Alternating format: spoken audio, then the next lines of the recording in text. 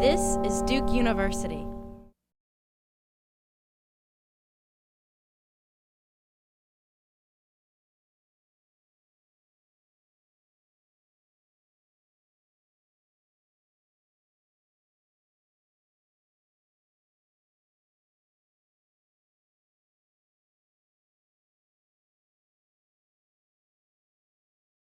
I will talk to you a little bit about the research that I've done on scaling, social impact, and then we'll turn things over to Paul Rice. We got two Pauls here from Fair Trade USA, and he'll talk about all the exciting things that they've been doing, including a very recent name change. So I'm looking forward to hearing him and keeping my discussion on the shorter side. It was very heartening to hear Jordan's last set of comments for me, maybe not for the rest of you. But he talked about the importance of understanding the customer and the markets that you're serving. I have a marketing background. I was a marketing professor for over 30 years. Before I came over to the dark side, I used to be at the University of North Carolina. And I went to the dark side and came over to Duke 4.5 years ago and sort of changed careers from being a marketing professor who did study mostly social marketing. So how do you get people to engage in socially beneficial behaviors? But when I came over to Duke, at first as just a research scholar or research professor and not as faculty director, Greg was still faculty director then, when I came over to Duke, I was going to try to inject some marketing thinking into this field. That was my goal. I thought that would be valuable. They put me to work right away on this notion of scaling. Now, I have to be honest, I was in the field of marketing for 32 years, really longer than that if you include my PhD training. And to me, the only thing scaling meant was economies of scale.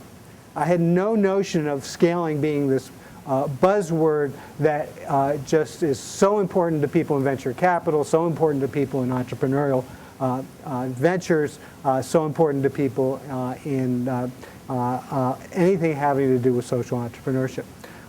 So it's been an education for me to learn about scaling, and I learned about it as quickly as I could and did a lot of reading and a lot of talking to people about this challenge and about this problem and why it was so important. Got involved with doing a number of things like organizing some conferences on scaling. We had two of them at Duke. The first one generated a whole bunch of ideas about research that needs to be done on scaling.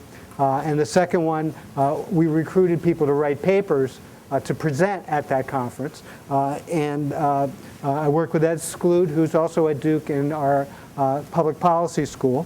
Many of you know Ed. And we recruited these people to write papers. Several of them are in the room.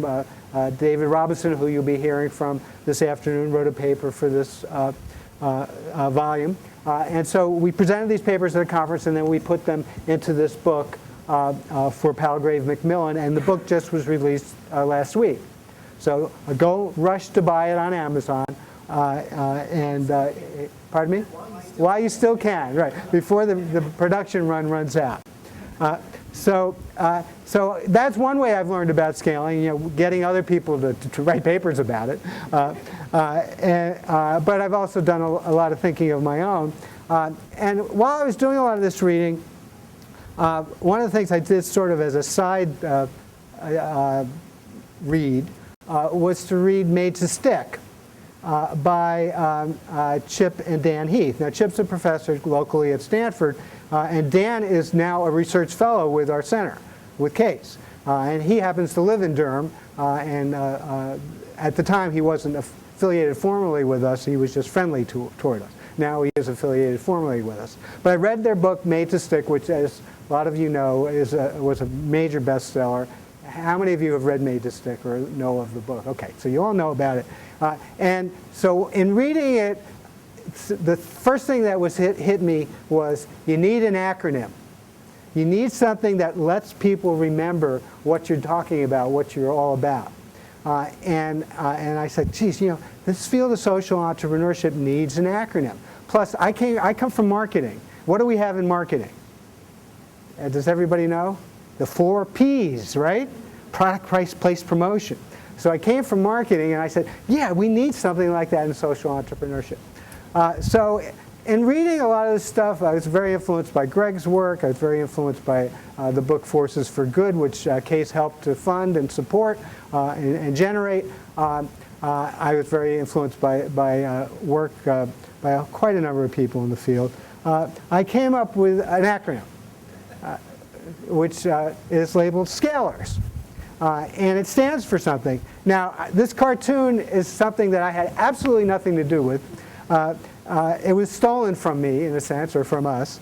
I work with a colleague who's in the strategy field at Fuqua. He's actually right now working for the Council of Economics Advisors in Washington. He's on leave, but Ronnie Chatterjee is his name. But we wrote this, and then somewhere along the line, an organization, MDC, which is headquartered in Chapel Hill near Durham, got a cartoonist to do this drawing about scalers. So what does scalar stand for? What is my acronym all about? It's saying these are the drivers or the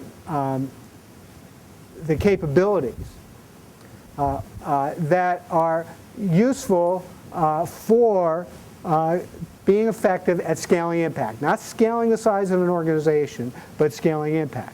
And so it stands for staffing, communicating, alliance building, lobbying,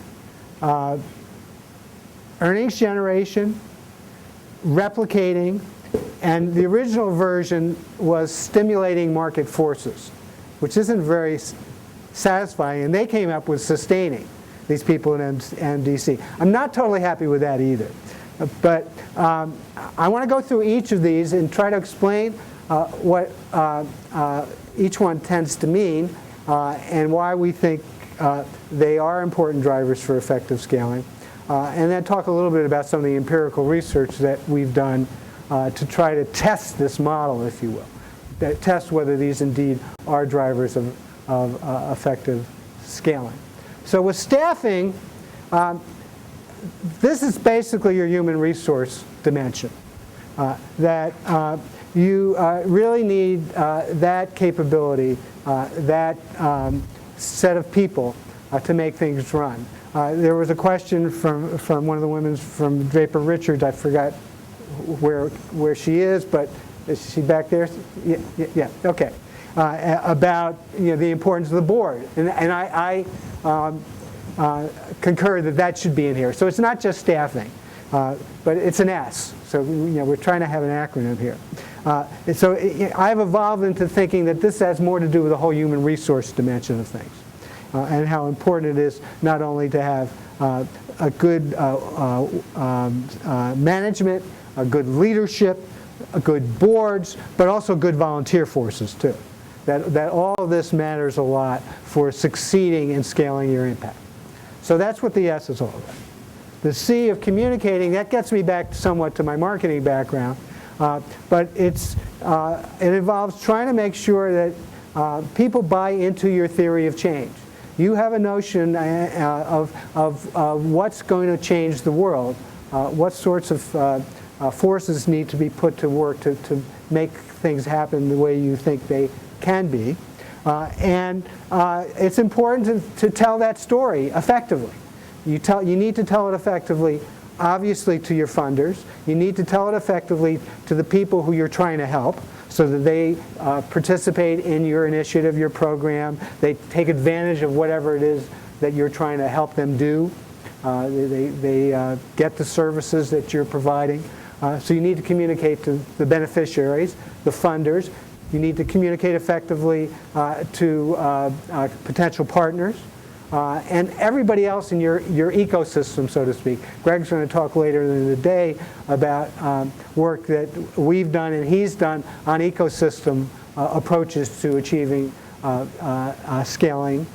And I think a big part of being successful at scaling is being able to understand all the players in your ecosystem and how to communicate effectively with them and persuade them that what you're doing is the right way of going about things, or that they should participate in what you're doing. It also involves communicating to volunteers.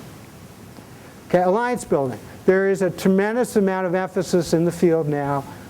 It was a focus of last year's Skoll World Forum, and there is just a lot of recognition throughout this sector now that you can't go it alone, that trying to be the sole hero that's going to save the world all by yourself is not the way to be successful, that forming collaborations and successful alliances, building on each other's strengths, making compromises where necessary in order to capitalize on those strengths is an extremely important element in being successful at scaling.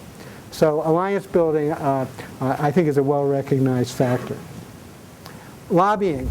I'm not happy with that word, but again, I was trying to fit an acronym.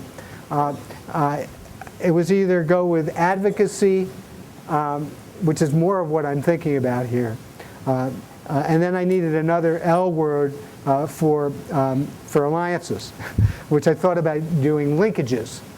But I decided to leave it as alliances, use lobbying, and then qualify it. So you really do need, in many organizations, to get some sort of political or government support for what you're doing. Often it's necessary for the financial side of things, but it's not always just for that reason. Sometimes it's necessary in order for you to implement your theory of change, to have a certain kind of educational program or a certain kind of change in like if your organization is trying to accomplish something in the health area, like get people to quit smoking or to exercise more. Sometimes you need to achieve some public policy change in order for that to be effective, in order to really scale your impact. You're not going to be able to reach a lot of people and change them dramatically without some type of government action or support. Doesn't always require that. In many ways, social entrepreneurship is an avenue to pursue that does not involve government. But and that's one of the reasons a lot of folks are interested in it, because we all have our reservations about the effectiveness of government. But there are a lot of programs that do need to get government involvement in what's being done, and so that's an important part of scaling. I should say at this point that these are all ingredients that can be extremely important for scaling, but for any given organization, some of these may apply and others may not. So I'm not trying to argue at all that you need every one of these ingredients. It's going to depend on the given situation that the organization or the individual is in. So the next very, very, very important driver of successful scaling, or this important capability, is an ability to generate funds, to build financial capital, to generate financial resources. We saw how important that's been to Jordan's operation and his discussion this morning, and it is something that is very consuming to an awful lot of social entrepreneurial initiatives. Now, we know that it's not the be-all and end-all of every organization. We know that you can sometimes be successful with small budgets and with a very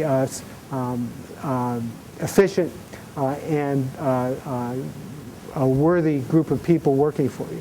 So it doesn't require enormous amounts of money in some situations to be successful. But there's an awful lot of situations where it does require ample amounts of funds. And so finding a business model that allows you to generate revenue and keep it flowing in some steady way is a very important thing for a lot of these organizations. Finding a replication system can be helpful. In a sense, Jordan started out with his eyeglass, you call it an eyeglass kid in a bag or in a backpack. And so that was kind of a replication system, sort of a franchise model. Now, franchising is not always the way to go, and I'm not trying to argue that. But having some kind of replicable system can often make a huge difference in the success of these organizations in their scaling efforts. And so the ability to find that kind of key way of figuring out how to do things that can be copied.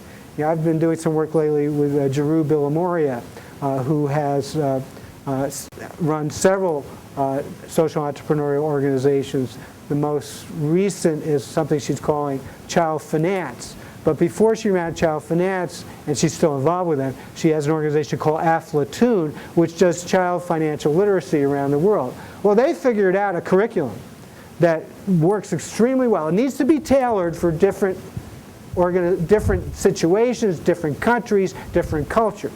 But she has a basic underlying curriculum that she uses to help kids learn about finances and money management and the financial system, as well as some material on values so that young people can become more patient and learn about things like saving. So she's developed a really well-tested, replicable model that's an educational module. It needs tailoring, as I said, but it's one that works. A lot of these organizations are more successful in scaling because they come up with those kinds of replicable systems. Finally, my stimulating market forces, which they've changed into sustaining. If you can find that profit margin in what you're doing, if there's some kind of financial incentive there that keeps things going, and Jordan is a great example of that. I mean, it doesn't pay all the bills, as he said, but there is that profit margin there that he's discovered in a couple of different places and in a couple of different ways. If you can find that, that helps to solve a lot of the other problems, or at least helps to fuel the earnings generation issue, and also having funds helps you be more successful with your staffing, with your communicating, with your developing a replicating system, and so on. Now, I'm not trying to say that it's only about creating incentives that lead to cash or to revenue generation. It can be incentives that potentially lead people to behave differently. And you kind of try to capitalize on that.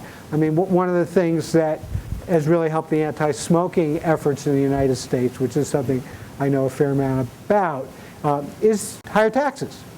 And how did higher taxes come about? Well, the organizations involved with the anti-smoking movement filed a lot of lawsuits, and a lot of those lawsuits led to a master settlement agreement, which fined the tobacco industry a lot of money, so there were higher prices because they had to pay those fines, but then there were also higher taxes on top of that. And that led to some social change that, because of these new incentives that were out there, where people had incentives to smoke less, financial incentives to smoke less. So it's not just using incentives for purposes of fundraising, is what I'm trying to say. Or for sustaining. That's why I'm not crazy about the term sustaining. So this picture is in your packet, and you're welcome to use it as much as you want. I don't see any copyright things on here, so that's why they took it from us, so I took it back, and feel free to spread the word. This was the model we originally put into the paper that we wrote about this, and the important thing to say about this is the following. We think each of these drivers can have an effect on the scale of social impact. You don't necessarily need all of them. You can accomplish a lot in some situations with a few of them. What's not shown in this diagram, because it makes it too messy, is the fact that all these things affect each other. And they all feed into each other. They're not just simple, what we would call in research lingo, main effects. There's a lot of interactive and moderating effects, to use research lingo. So I don't want you to think that it's all simple. It's a very complicated system. Moreover, there are certain situational contingencies, or what might be considered resource constraints, or resource situations, as opposed to resource constraints, that may lead some factors to be more important than others. So a very obvious one to be thinking about is human resource needs or labor needs. if you're running a lean organization, as Jordan has explained that he does, that doesn't necessarily become a big issue. However, he does have huge human resource needs because he needs all these people to go sell the products out there to the customer. So, but there are some organizations to achieve the impact that they want to achieve don't necessarily need a lot of people or volunteers. So staffing, or that first factor, is not necessarily as big an issue. If you have a lot of startup capital, because you've generated a lot of funds to launch, potentially earnings generation is not so much of an issue. Now, we have a little bit of empirical support for the two comments I just made, but I need to do a lot more work on it. We have tried to do some survey work to see if organizations that are good at these things seem to be more successful at scaling. And we did one survey that's been published. It's actually in the book.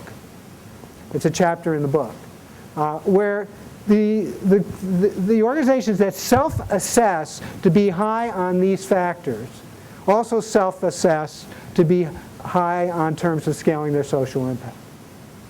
What we were not able to do in that study, and this was, by the way, a cross-section of a variety of social entrepreneurial organizations and social enterprises. What we were not able to look at was these contingencies.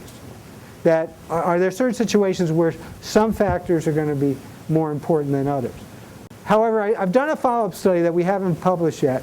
It was done with an organization called Girls on the Run, which is the head of that, Molly Barker, is an Ashoka Fellow, and it's a program to enhance self-esteem for girls 8 to 12, and they now have 160 chapters around the United States. And they've scaled up pretty effectively in a 10-year period. Now, this is scaling an organization with some scaling of social impact. So we did a survey across all of their councils or chapters. We got the executive directors of each one to fill out a questionnaire.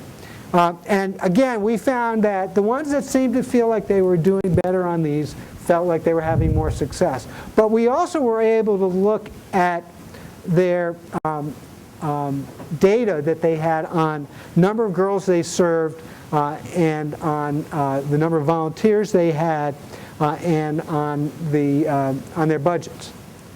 So we had some harder data as opposed to the more squishy data. Do you feel like you've had social impact?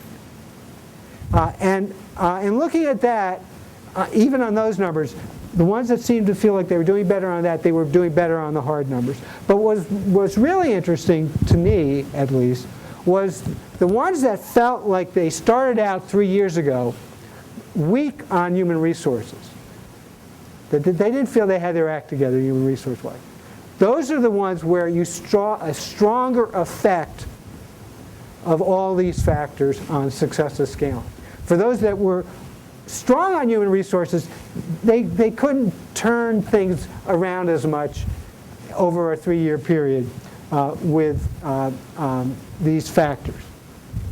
So if you're weak, it's much on human resources, it's much more important to build that up.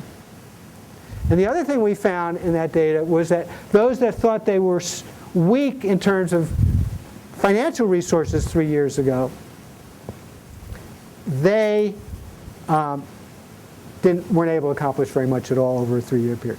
So that you needed to be strong in terms of financial resources before you try to move to grow bigger. And this is, again, organization size, not scale of social impact. But you needed good financial resources to start out with in order to let all these things work together, to sort of generate all these, to make earnings generation be successful, and which then fuels all these other things to some degree. So what I'm trying to argue is that we've got a lot more work to do research-wise to figure and tease all this out. And we've got to do a lot more studies with organizations like Girls on the Run and other organizations that are more focused on scaling social impact and not just size. Eager to talk to people if they're interested in working with us on that kind of research. But the major message is that it depends. These factors matter, we think, But it really depends on the individual situation, both the sector in which the organization is operating, its financial condition, how staffed up it is in the first place with talented people, so on and so forth. Yes?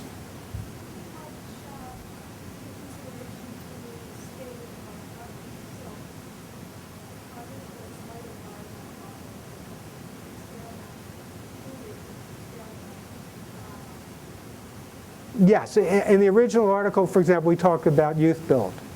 Okay, so Youth Build was able to scale more effectively because they were able to get special legislation in the U.S. Congress to create these Youth Build grants.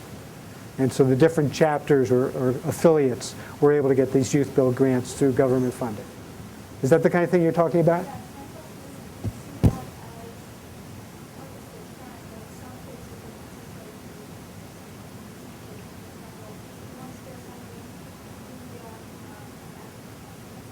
Right.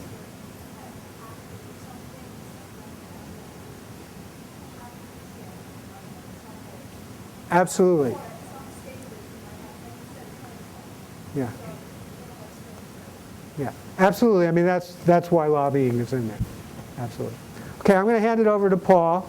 Do you need slides, or you're going without them? So can you blank that for us, please? Paul's bio is in the packet. I'm not going to take any more time going through that. We'll just hand it over to Paul and let him talk to you. Thank you, Paul. Thank you. Are we recording today? Oh, we are. Okay, so you want me to keep this. Good morning. Pleasure to be here. Thanks for braving the rain. I would like to share a little bit about my venture, Fair Trade USA, and the Fair Trade model and what we're doing to alleviate poverty. And in sharing that journey, reflect a little bit on our challenges of going to scale, and hopefully leave time for us to have a dialogue.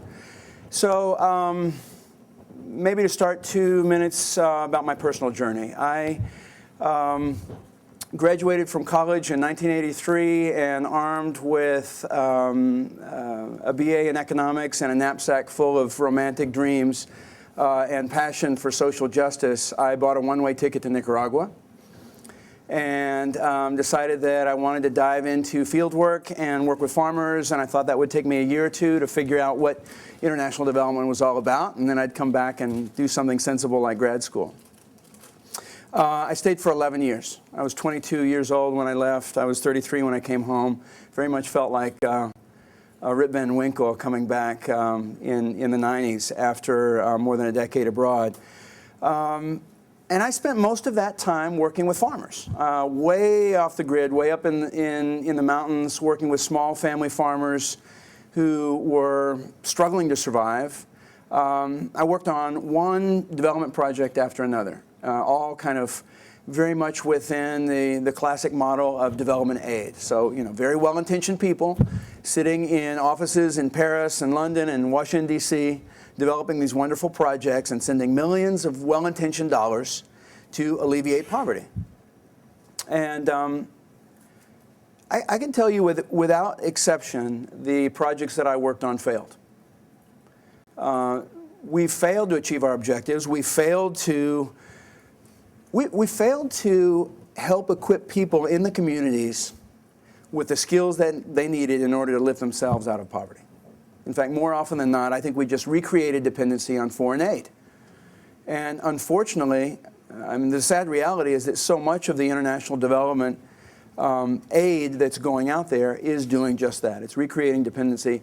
It's not helping people find sustainable solutions to poverty. And so much of the focus is on production. So let's help a farmer rise out of poverty by doubling his or her yields on a given acre of land, as opposed to helping farmers think about margin, price. Where do I sell my harvest at the end of the harvest so that I can make a better living? I found all that very frustrating, and in 1990, just kind of by accident, I heard about these crazy-ass people in Europe that called themselves fair traders, and that were willing to pay our coffee farmers, I was working with coffee farmers at the time, $1.26 a pound for coffee, at a time when in the local market the middlemen were paying 10 cents a pound. And so I went out and tried to organize a group of people and only found 24 brave souls who would step up and deliver their coffee on consignment. And we put together a container of coffee and we shipped it to Fair Trade. And after costs, we delivered $1 a pound net back to farmers. Most of these farmers were growing around a ton a year. So they would have gotten $200 cash income for the year. Instead, they got $2,000. It was more money than most of those families had ever seen in their lives. And that generated a very powerful organizational process that led to over 3,000 farmers coming together over the next couple of years.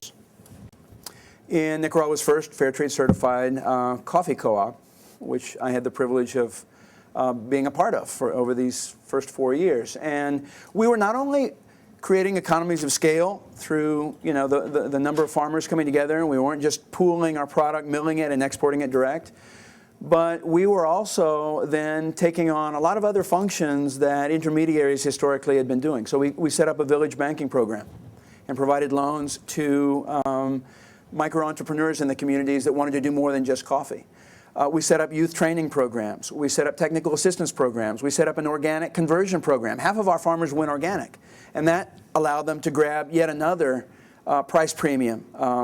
So by plugging people into the market, we were able to help farmers grow ears and listen to the market saying, hey, if you produce higher quality, I'll pay you more. Hey, if you get organic certified, I'll pay you more. Hey, if you get fair trade certified, I'll pay you more. Right? If you're selling to the local middleman, you get the same low price no matter what your product is, no matter how good or bad it is, no matter whether it's organic or not. So direct market access was kind of the key to the transformation that I witnessed. And, of course, as a result of all this extra money, our farmers were able to do things that before they would have done without, or they would have hoped that the government or some well-meaning NGO would come in and do for them. So we built schools. We built schools in communities that had no schools. We set up scholarship programs so that kids could go on to high school, because guess what? High school is still a luxury in so much of the developing world. We built health centers. Our villages dug clean water wells. We brought clean water to villages for the first time in many cases. And I mean, I'm sure you can imagine the health impact that has. Farmers rebuilt their homes. I visited a friend this summer who is in a new home that, she says fair trade built. And the place where she used to live is now her pigsty. An incredible process of transformation and empowerment. And all of that thanks to nobody's charity, right? All of the changes and progress that I witnessed really happened thanks to this very simple but powerful concept of a fair price for hard work and a great product. So for me, that was deeply transformational. I decided that I wasn't going to be a development expert anymore, or a development worker, that I wanted to really dive into this whole world of market-based approaches to poverty. And whereas perhaps in the past I'd been very skeptical about markets and business and their role in poverty alleviation, my journey led me to believe that in fact markets could be the most powerful lever for change that we could hope to have. At that point, fair trade was big in Europe. There was very little going on in the States, and so after 11 years in the field, I decided to come back to the States and see if I could help put fair trade on the map here in this country. We launched Transfair USA, which is now Fair Trade USA, in 1998, 12 years ago. And our organization is a nonprofit organization dedicated to building the fair trade market and movement as a market-based approach to poverty and sustainable development. The role that we play in particular is that of certification. So we don't buy or sell coffee, bananas, or any other product. We help make the connection between those growers that want to go direct and companies that are on a path of virtue, if you will. Companies that are exploring this whole new emerging market of products that make a difference. And we certify the audit chain, right? So we certify the supply chain, which means we do a supply chain audit tracking product from certified fair trade farms all the way through to retail shelves. The farmers themselves have to adhere to a very rigorous social and environmental code of conduct. The companies that we work with have to open their books and essentially demonstrate that they bought direct, paid fair trade prices, and worked with fair trade certified growers. So, in essence, the theory of change is that sustainable development and poverty alleviation can be achieved through partnership with business and through using market forces as the driving lever or the driver of change. But at the end of the day, as I'm sure you can appreciate, all that depends on the consumer, on you and me. And so my response to the critique of, well, isn't fair trade kind of an artificial intervention in the market? Well, no, actually no. It's born by demand. So it's growing because consumers actually want it and are buying it. And the day that consumers decide they don't want it, the market falls. Now I can go back to Nicaragua. So what have we done over the last 12 years? To date, more than 800 companies here in the U.S. have signed up and have started selling fair trade certified products. Everything from coffee and tea to chocolate, bananas, flowers, rice, wine.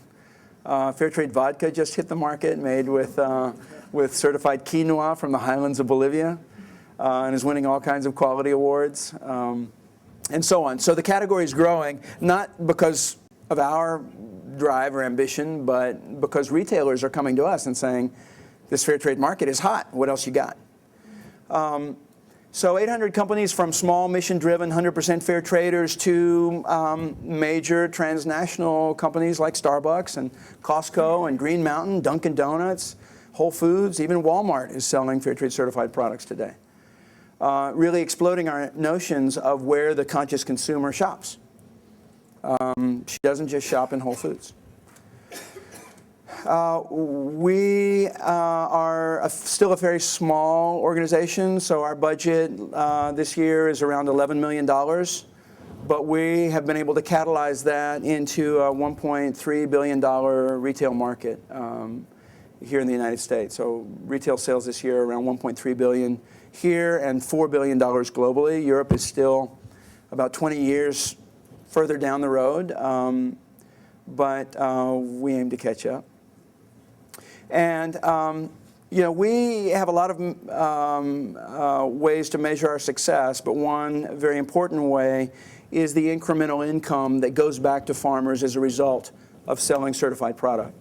So because we're certifying farms all over the world in all product categories every year, every quarter, we know what farmers are selling at, and we know what they would have sold at if they had sold in the local market. And so that delta is our best indicator of the dollar impact of our work and allows us to create a social return on investment number every year that relates to how much we're investing in the market. So right now, we're able to generate between $3 and $4 in impact for every dollar that we invest in our operations here.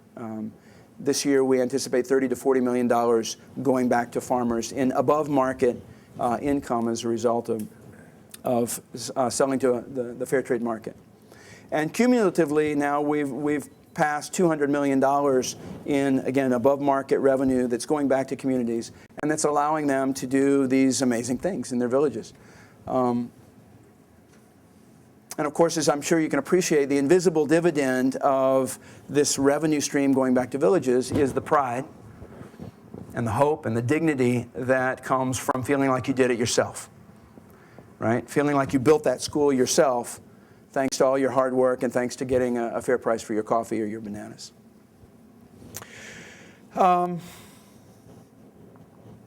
The interesting thing, here we are a little more than a decade into this market, and the interesting thing that we're facing now is that far sooner than we expected, the fair trade market is both mainstreaming and potentially migrating way beyond where we started in terms of food products.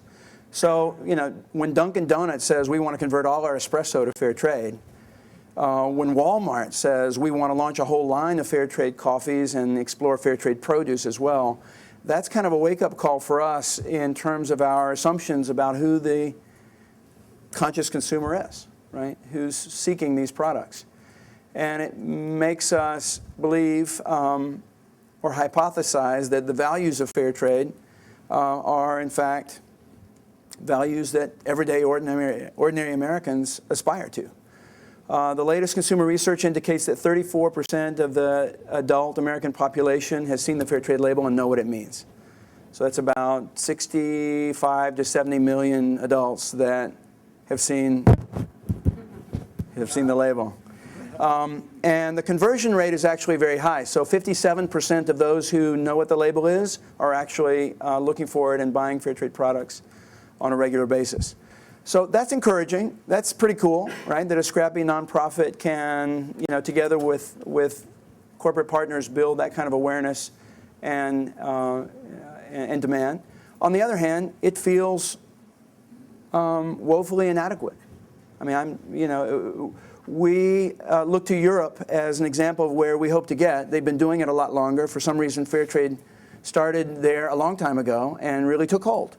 And so today you have consumer awareness levels in the 80 to 90% range in the UK, in Switzerland, and other countries in Europe.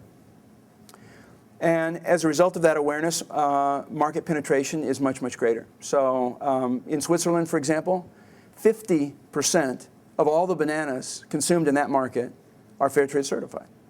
We're no longer talking about a tiny market niche. We're talking about a mainstream market phenomenon in which consumers on a regular basis are buying fair trade products, and indeed it's part of their lifestyle, it's part of their self-identity. In the UK, 35 to 40% of the bananas and coffee are fair trade certified. So again, another great example of huge market penetration, consumer awareness, and impact around the world as a result of the model. Now, the UK has, 60 million people as a total population in a land area the size of Wisconsin. So our challenge, apropos to scaling, our challenge is different. It's a big country, and it's dispersed. And we don't have 2 or 3 major retail chains. We have a bunch. And so getting into retail venues and putting the product in front of people where they shop has become one of our biggest challenges. The research now indicates that for those who are aware of the fair trade label, their biggest problem with fair trade is not the price, it's not the quality, it's availability. They can't find it. They don't see the label enough, or they don't see it enough in the stores. So that really has become one of the biggest challenges apropos to scalability, is how do we get new retailers to join? How do we get new retailers to test the product? And how do we build awareness? Because those two kind of work together, right? To the extent it's on the shelf, people become aware of it.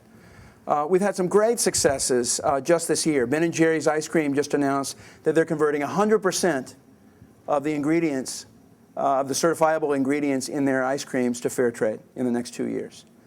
Green & Black's chocolate is going 100% fair trade cocoa in all of their chocolates.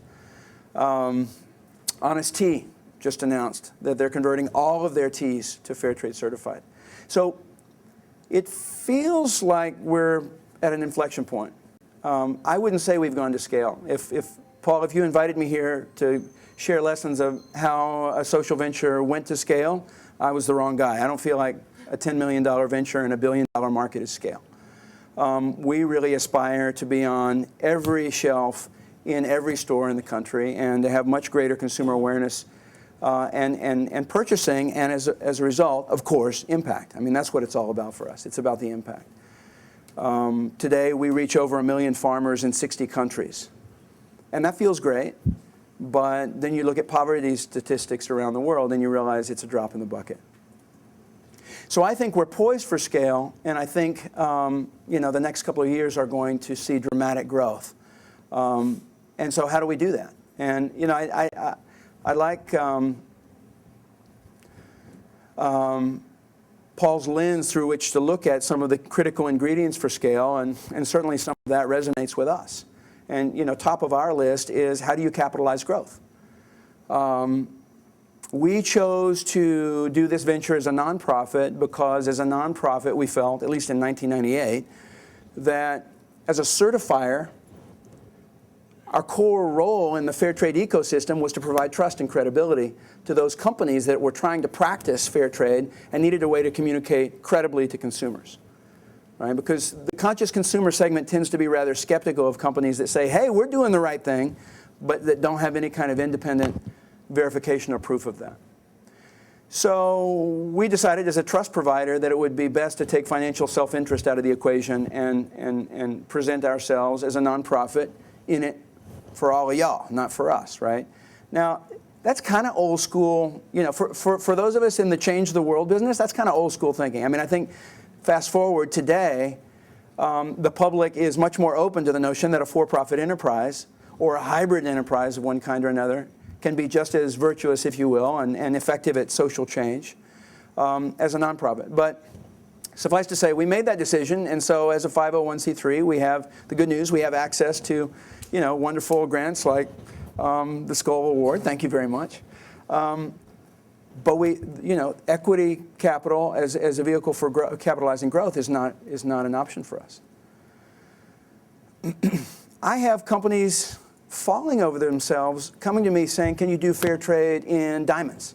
Can you do fair trade in gold? Can you do fair trade in apparel? I mean, we have so many expansion opportunities and no cash to go after those.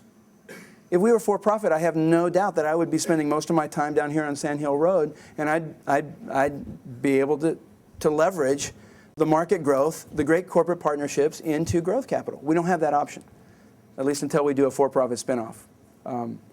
If, you know, and that maybe that's the way to go. That's kind of the moment that we're at. But suffice to say, despite the wonderful work of organizations like Skoll, the capital market for ventures that are going to scale is underdeveloped.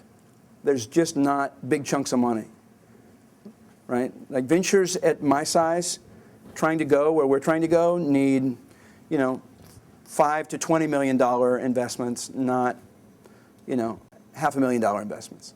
So that's, you know, I would argue the biggest challenge for us, the most important ingredient, you know, from where I stand in terms of going to scale, and the biggest challenge for social entrepreneurs that have chosen nonprofit vehicles. On the other hand, you know, the insight around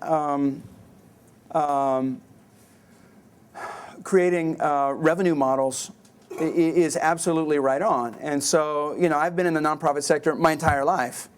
And so as such, I've been tin cupping my entire life. And I can tell you that to have a revenue stream for this venture by virtue of the service that we sell to industry is amazing, right? So we certify companies' products and we charge them for that audit and certification service. And roughly $7 million this year out of my $10 million budget will come from certification revenues.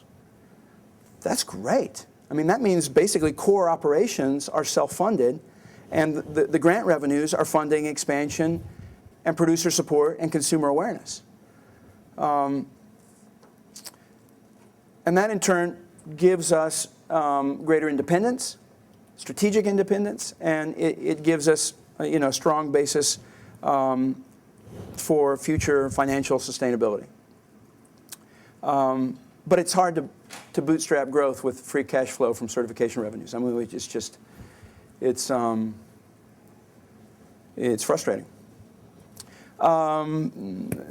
The other thing I would add, you know, really, Paul's model speaks to communication and alliance building, and all of that, as I'm sure you can appreciate, is core to the success of our model. I mean, at the end of the day, our model of change depends on awareness, and then awareness converting into demand, consumer demand.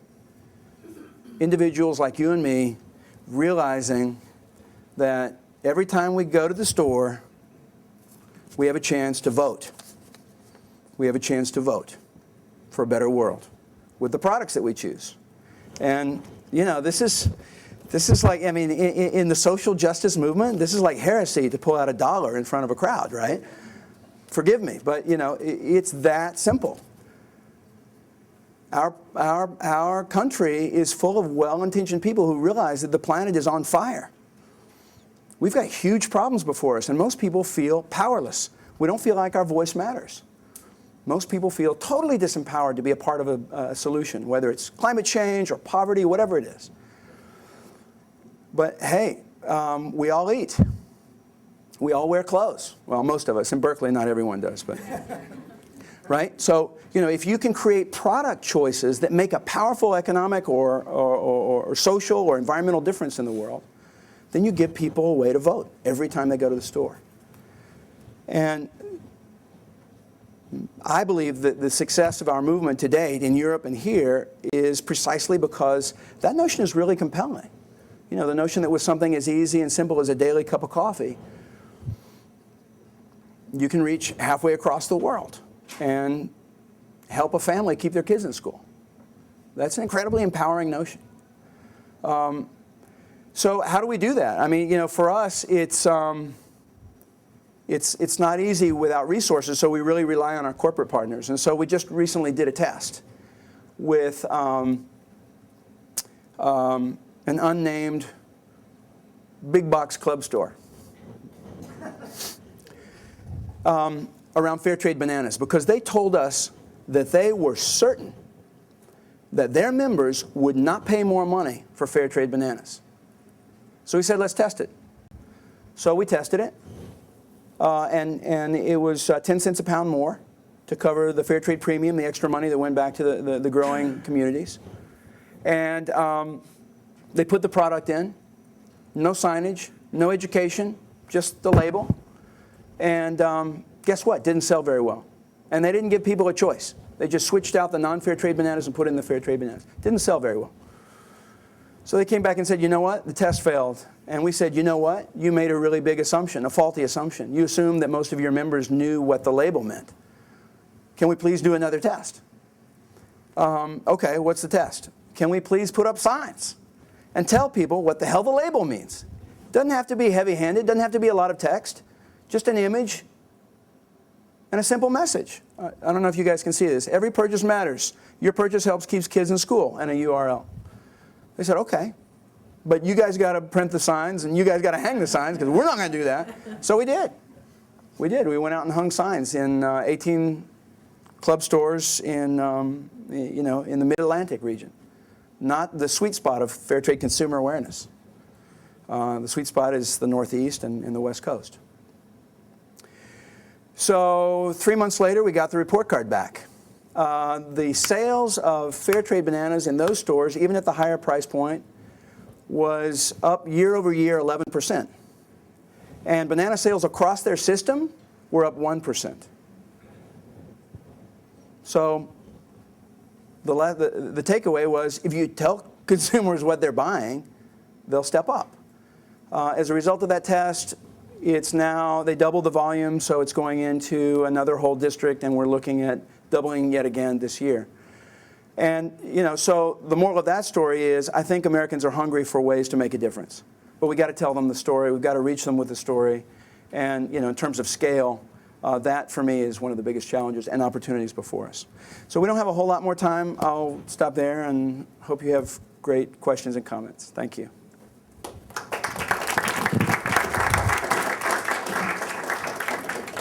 Yeah. Is there price sensitivity of demand in a recessionary economy like, or what have you learned about that? It's really, that's a great question. So Michael Hiscox, a professor at Harvard, has done some great research in this regard around price elasticity of demand, and found that not only are American consumers willing to pay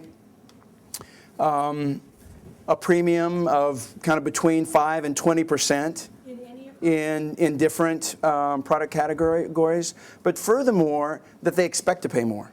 And so the interesting thing was when he ran side-by-side products, identical product, but one had the fair trade label and the other didn't, he found that at the same price, the fair trade product sold better. But then when he priced the fair trade product up by 10%, the sales were even higher, indicating that consumers were actually seeing the price difference as perhaps a signal of the veracity of the claim. Is that the same year? Absolutely, yeah. I mean, on average, fair trade products hit the shelf at between 5 and 10% price premium above a comparable quality product that isn't fair trade. If you go into Starbucks, fair trade coffee is actually the same price as non-fair trade coffee. And if you go into Walmart, you find that fair trade coffee is actually very reasonably priced, and they've been able to achieve that because they found ways to innovate their supply chain. So they actually went more direct than anyone else. They connected with roasting companies in Brazil, in Colombia, which drove costs down. So actually, farmers that sell to Walmart, farmers that sell fair trade coffee to Walmart, and farmers that sell fair trade coffee to Starbucks are getting the same price.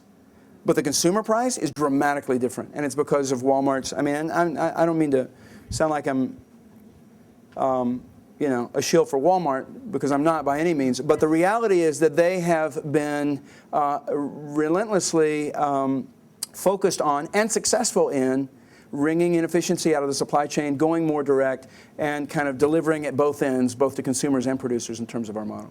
And so it doesn't matter if in the context of a recessionary economy, you have seen no evidence in any of your numbers? Fair trade sales have grown during the recession. Yeah, yeah, yeah. Yeah, my name is Wendy Millen. I'm with the Nature Conservancy, and I'm curious, you mentioned that you've been considering, or it's as a transition point, you might spin off to a for-profit. So have you looked at pros and cons, or is this sort of just noise in your head that maybe it's time to do that? It's noise in my head. That's a really good expression.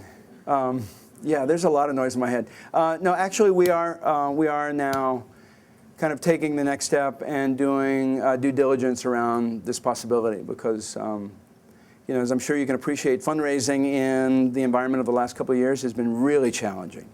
And so it does feel like now we need to at least seriously explore the possibility that there could be a hybrid model with a for-profit in that. You have any advice? Well, we've done it plenty of times, so I mean, we're happy to talk about it. But I'm curious, at first blush, what strikes you as sort of the cons for moving forward with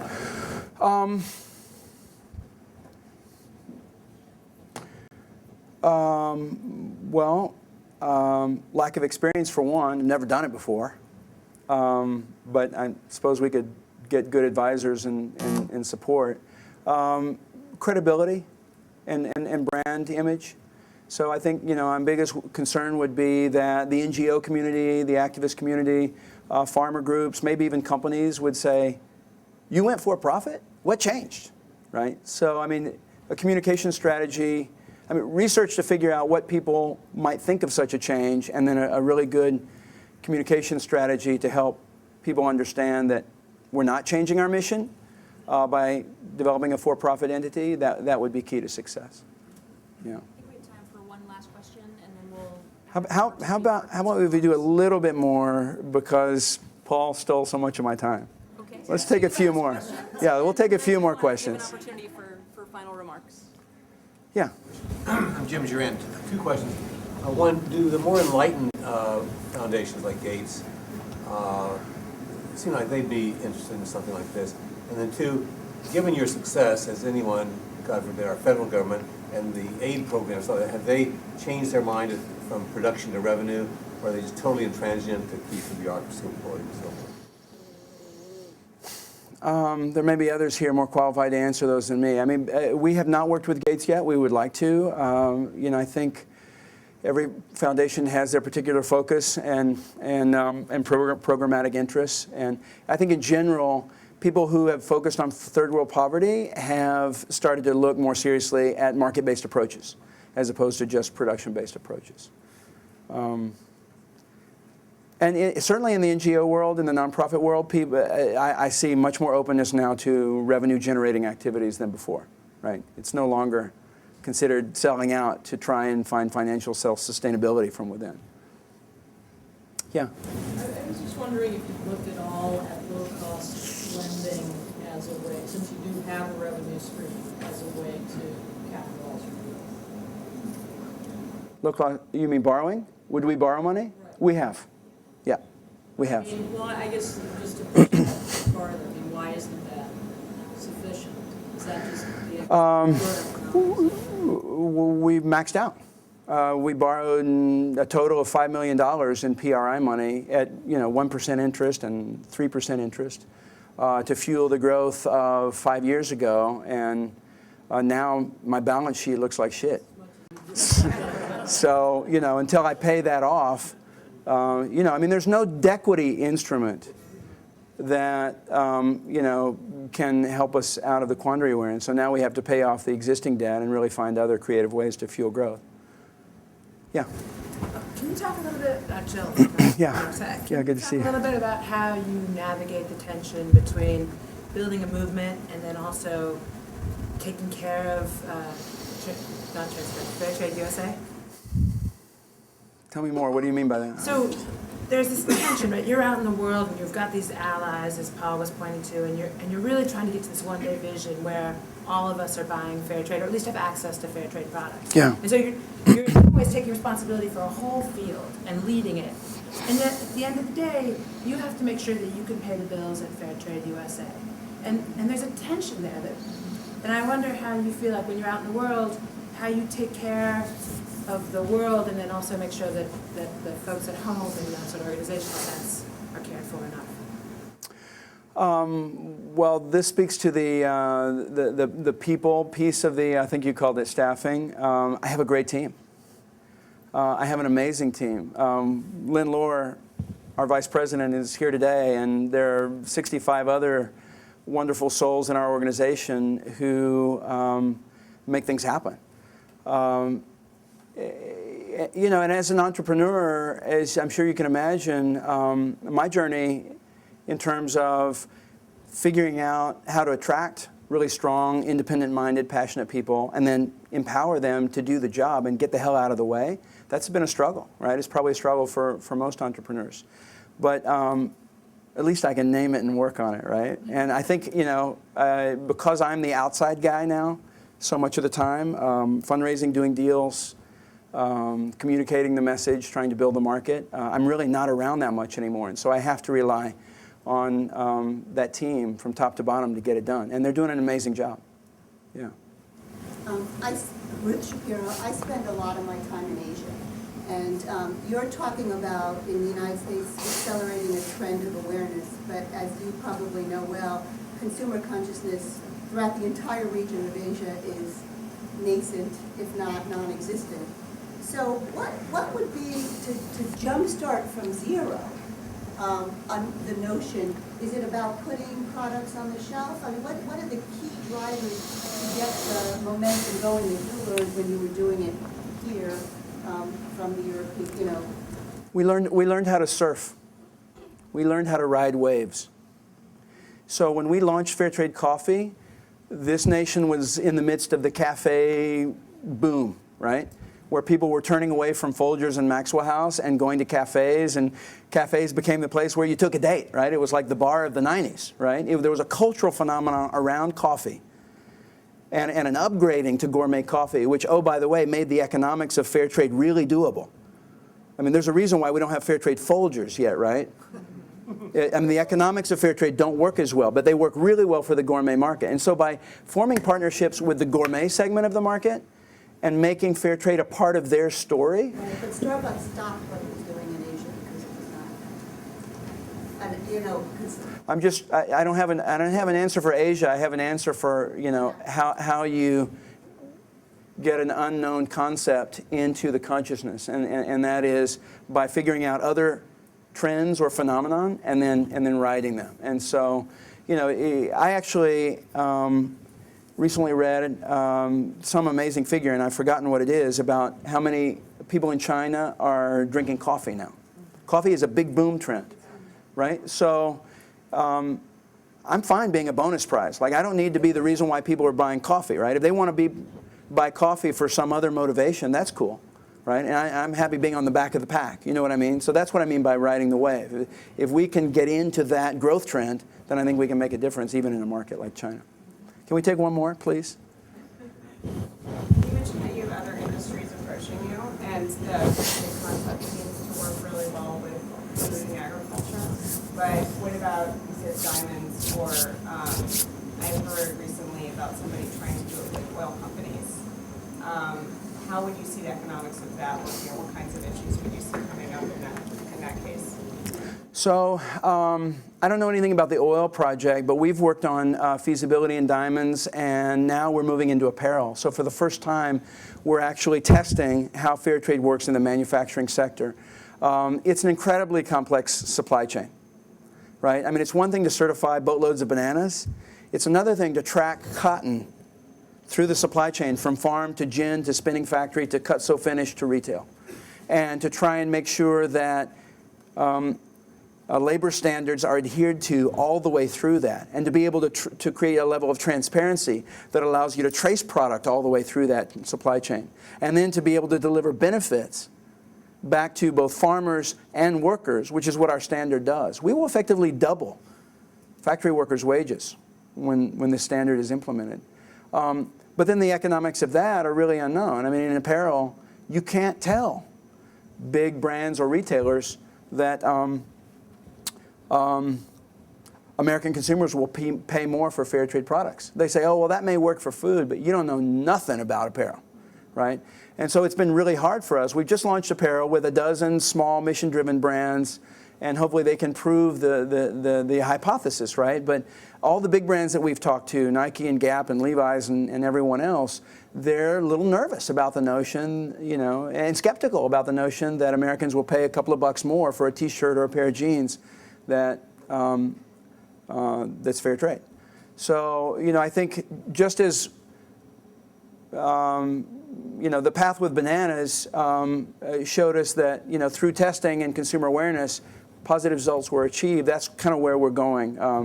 You know, I've been out talking to Target and Sam's Club and anyone who will listen about, okay, let's do a test. Let's just see it. Don't believe me. Let's just test it.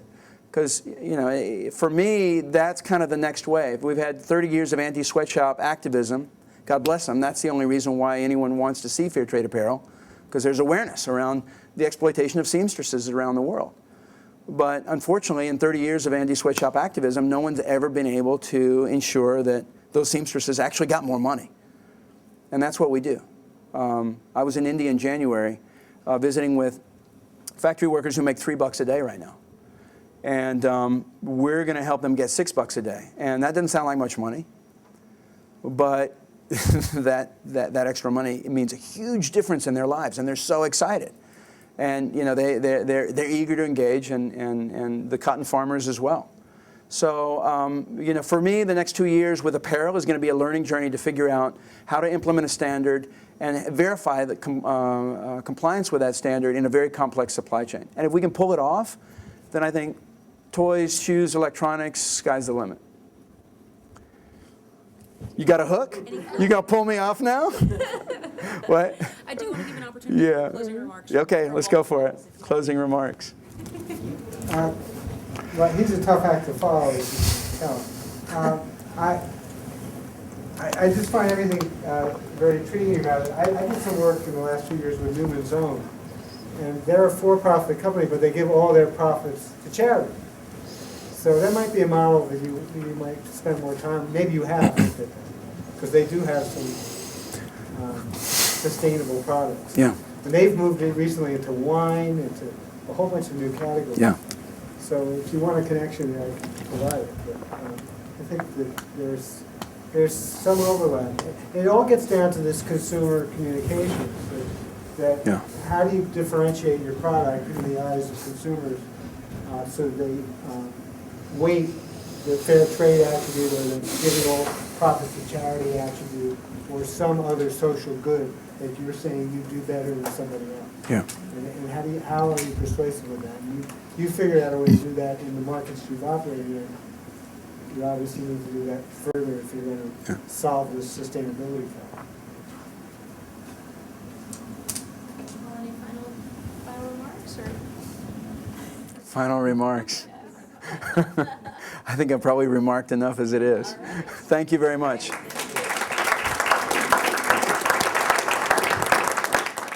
Produced by Duke University. Online at duke.edu.